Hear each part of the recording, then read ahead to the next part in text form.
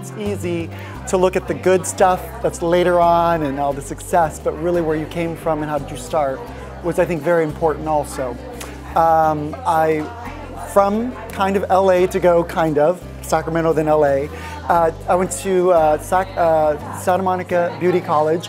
It was very interesting, yeah. It was very interesting. I wanted to be a hairdresser so bad, but I couldn't afford it. There was just no way. I wish I had the 20 grand. I wish my mother could apply and get, it was just one of those things that I just knew I wanted to do at whatever time it took. So I'm a big advocate of junior colleges and getting into the beauty world and doing all that in the assistant program. So after that, I heard that song, if you can make it there, you can make it anywhere in New York, so I had to go to New York. I lasted 2.5 winters. I literally, from LA, was like, what is this snow thing? Where it was beautiful. I met great friends there, but it just wasn't, it didn't click with me. I had my support team back here in LA. So I actually worked in New York at this place called The Spot. They were part of the Bumble and Bumble group. And I was fortunate enough to know Michael Gordon, and really see the process of what he went through with the product line and things like that, and just keep tabs on that. I've only been in 2 salons that weren't mine, which was The Spot and Christoph's. And then after that, I've owned my own B2V for 12 years, and then opened Kim Vo's. When I decided that I wanted to really invest in PR, back at that time, I think it was 1995, it was $1,500 a month. And it was somebody who lived in New York, Barbara Kling, lovely woman. She really, I couldn't afford the type of PR that she needed. She needed $25,000 to $3,000 at the time. So I said, definitely, if I can afford $1,500, will you do it? She said yes, and you know, in the beginning, we made realistic goals.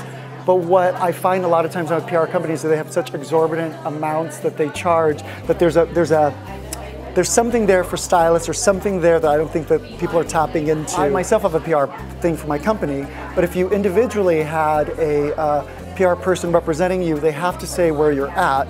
So it would help everybody if you're John Smith at the Kim Vo salon.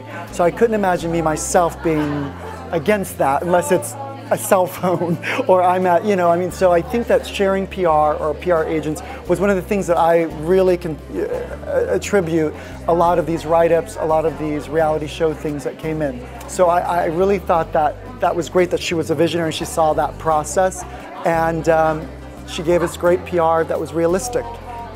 She asked me for a 6-month goal, a 2-year goal, and it was great for my personality because I couldn't tell you what I ate for breakfast this morning. I'm such an out there artist that if you gave me 6 months, I could see that.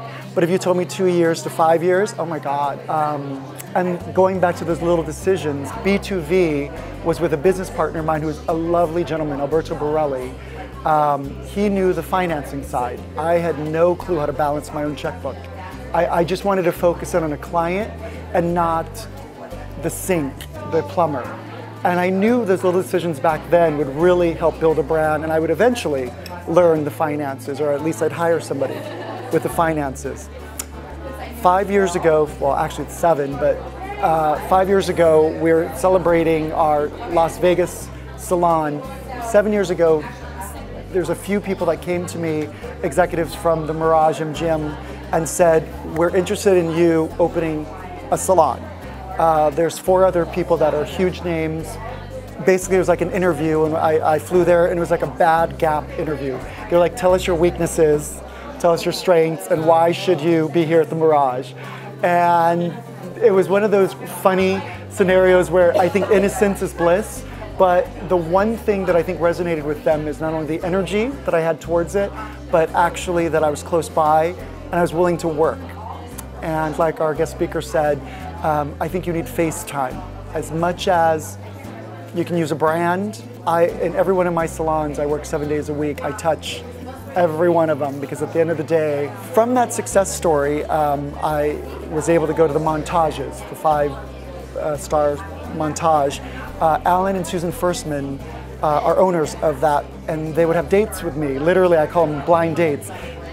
When we opened up, they're originally from the Bellagio, so they knew of, first of all, they were like, this kid's getting this huge hotel contract, what's the deal? It took them a year to make a decision. They wanted to see a success story. And I would have, like I said, dates with them where I'd meet them 1 month and they wouldn't call back. And like a blind date, I was like, don't you love me? Didn't you like me? What was, and it was very funny because they wanted to see a success. Because sometimes it's better to, I mean, I have this analogy, you have to look at the sidewalk first before you aim for the moon.